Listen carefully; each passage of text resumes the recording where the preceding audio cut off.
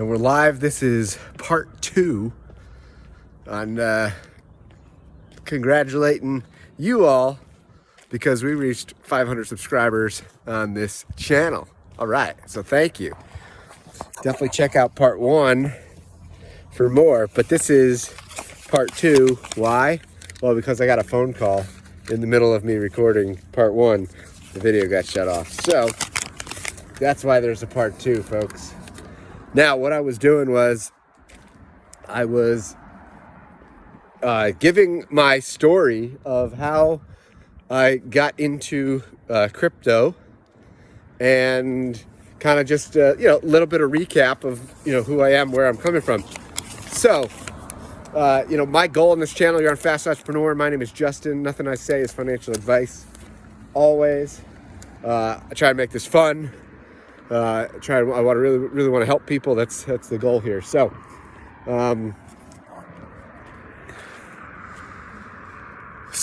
where I left off was, after 2017, going and experiencing that bull run, not knowing what I didn't even know, cashing out, somewhat early, and then taking a little bit of time off before I dove back into really checking out blockchain and the ecosystem for all that it was worth. And, here we are several years later. And, I was noticing, these major trends. I remember watching Ethereum crop up, a bunch of ERC20s. Then I see a bunch of these other chains crop up. Other L1s. Then we're seeing next narratives like scaling solutions, right? Like L2s, especially on Ethereum. Seeing the pros and the cons, seeing, the different protocols. And, and then, just seeing how the world around us, had changed in that little bit of time. The world was definitely more knowledgeable and more receptive of crypto. And it's a lot has changed. Government, regulatory stuff, much has changed. So that's the vantage point. And then so talking about chains, then noticing the pros and the cons. You got transaction speed, you've got number of transactions, transactions per second. You've got, adoption. You've got, most importantly, you've got fees. And so you're starting to see, more competition in the space.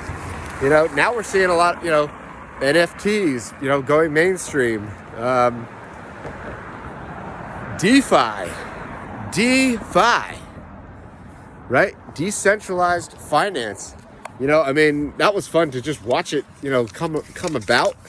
And, that brought about Uniswap, decentralized exchange, and brought about very successful, one of the first airdrops.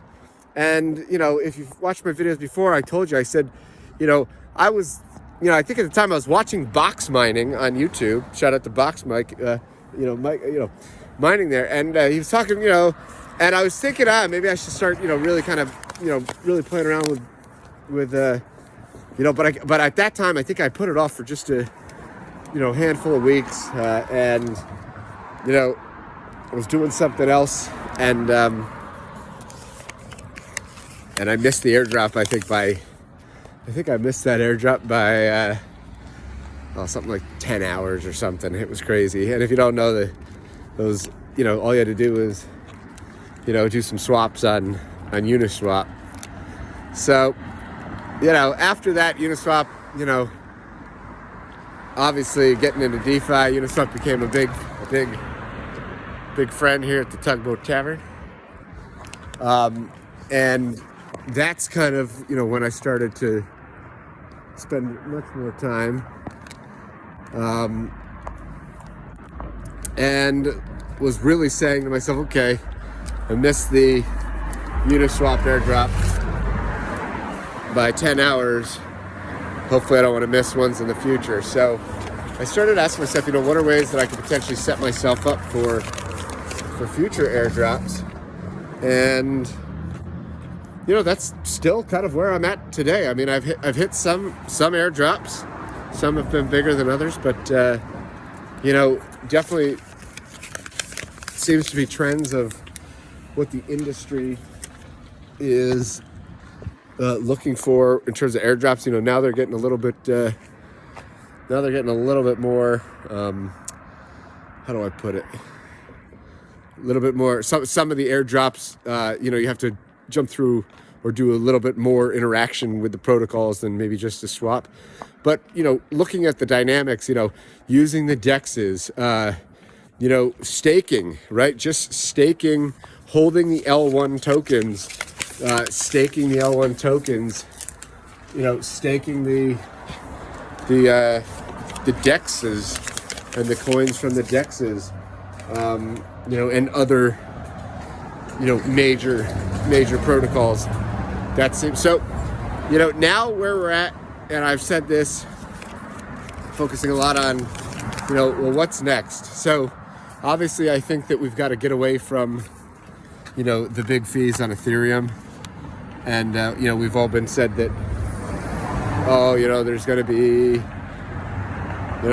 upgrades, but we haven't seen them yet. And then you've got things like Richard Hart with Hex, and now he's using a sacrifice phase to fork Ethereum and create Pulse Chain, which hasn't launched yet, but the testnet is out.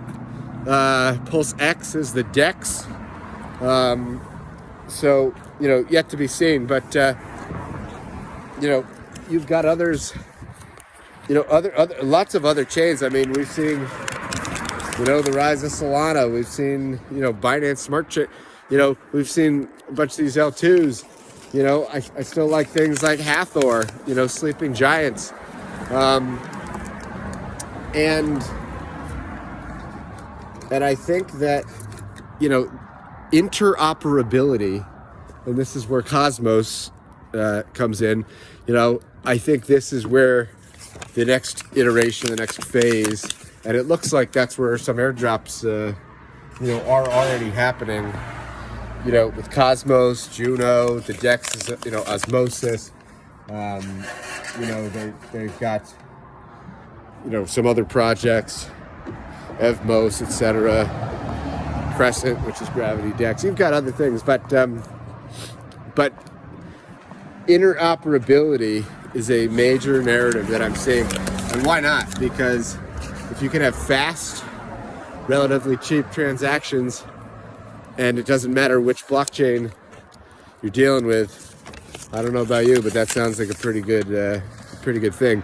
So now the question will be, will it be the Cosmos ecosystem? Will there be others that compete? How well will Cosmos scale?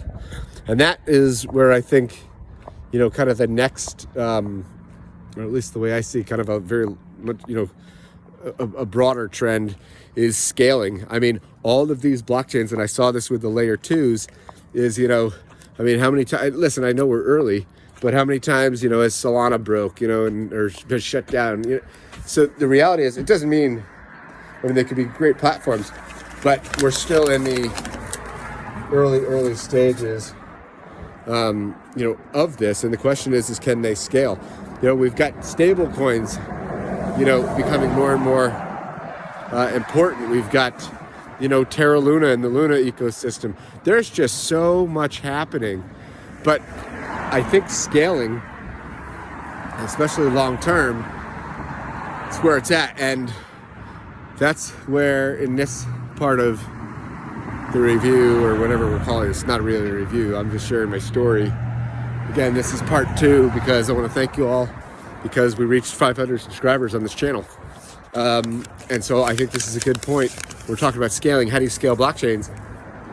I like to trube it. I like to trube it. I like to trube it. Come on, sing it with me. Trube it. I like to trube it. Hey, I like to trube it. Hey, I like to trube it. I like to trube it. I've talked a lot about trube it. Why? because I think it's awesome, and I think TrueBit reminds me of, you know, Bitcoin, then Ethereum. You know, TrueBit might be one of these major narratives. And right now it's, you know, sleeping in the background, you know, sleeping at, you know, between 50 and 100 million. But if TrueBit is, which I believe and can do, then this might be kind of a major epic when it comes to scaling blockchains. And I think that scaling blockchains, not just one blockchain, but scaling all blockchains in the way that TrueBit may be in a league of its own. So, super bullish on TrueBit. TrueBit is, as you may know, but TrueBit is a couple of, you know, the early Ethereum co-founders, you know, behind the project. TrueBit, I mean, what more can I say about TrueBit? But there's a reason, you know, I told you about my journey, you know, how I got, you know, started in this whole ordeal, you know, back learning about finance, you know, learning about Bitcoin around 2012, 2014, getting involved in 2016, not knowing what I didn't know, taking a little bit of time off, coming back in, seeing what had changed, and, you know, and then here comes the birth of this YouTube channel. And so when I started this YouTube channel, it was more just on a whim. You know, it was kind of like, well, hey, why not? And I said to myself, you know what? It doesn't have to be perfect. You know, in fact, it probably shouldn't be perfect because, you know, heck, I'm not perfect. Nobody's perfect. I said, but I want to make it fun. I want to make it informative.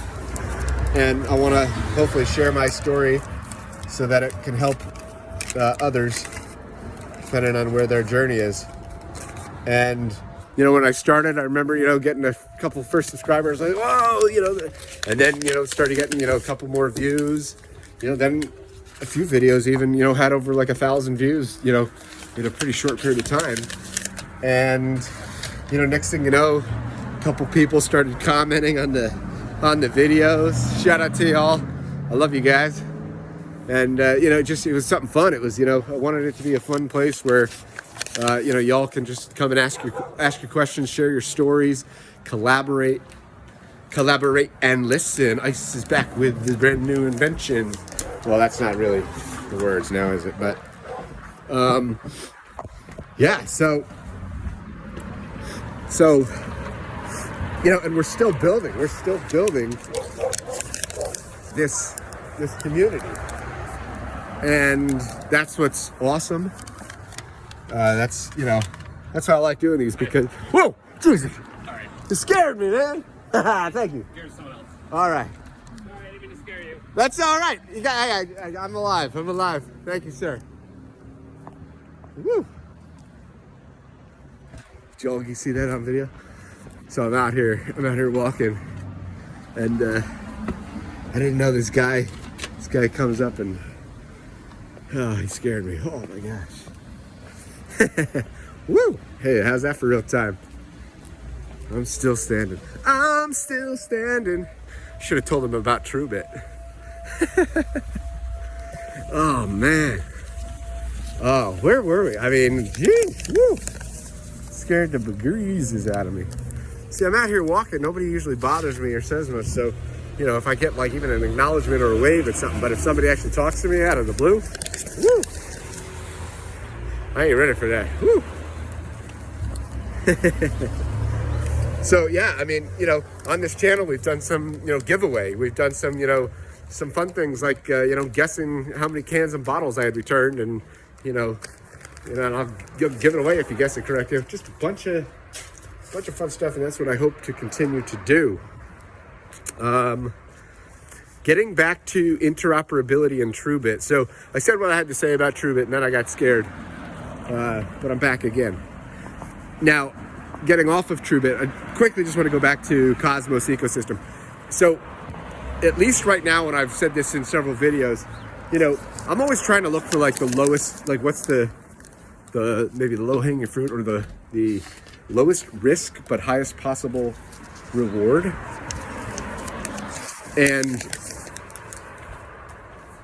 airdrops, can be just that, because you can literally get sometimes hundreds, if not thousands of dollars in airdrops, free money basically, for doing very little or nothing. And sometimes it could be an investment of your time, maybe a few minutes. Sometimes it could be an investment of a few dollars, or in some cases, maybe you have to, perform an action, maybe gas fees, whatever. So maybe it will cost you $30 to $100. Those probably think more like lottery ticket type, do you want to, throw your ring in the hat, but there's no guarantee. But then you've also got just staking airdrops. So basically when you're buying a coin, you're staking it, you're earning rewards, right? Think of it maybe kind of like, passive income, passive interest. And at the same time, if the coin appreciates in value, great. It could depreciate, right? So just like with anything, then your principal you can lose. But the best thing is sometimes if you get in with good ecosystems, by staking, just a minimum amount of coins, usually by staking, sometimes by also adding LP,